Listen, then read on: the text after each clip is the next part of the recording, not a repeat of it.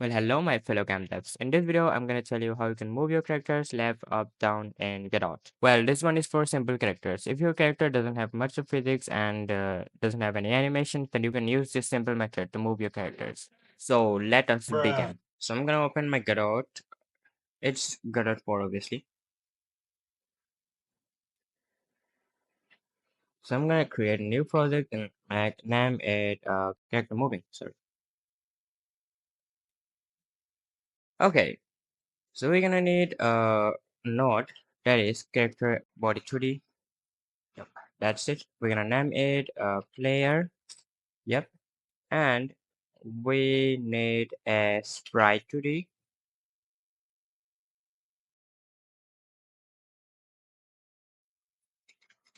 All right, so here we have an image that is Godot image, obviously. All right,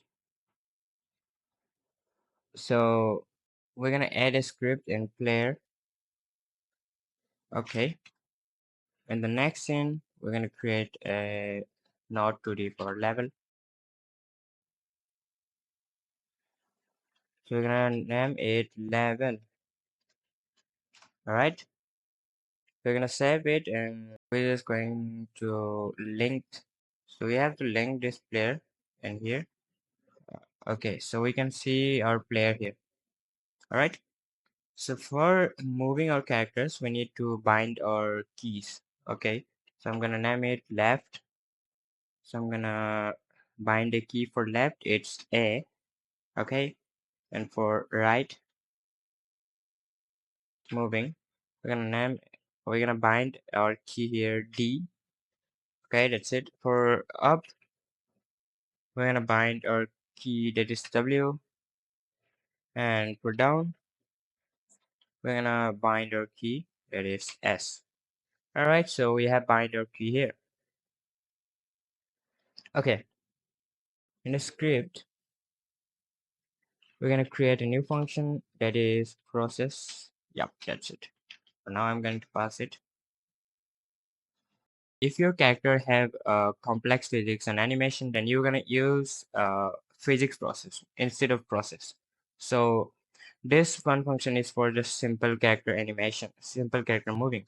So our character doesn't have any animation and doesn't have complex physics. So I'm gonna use this process. All right.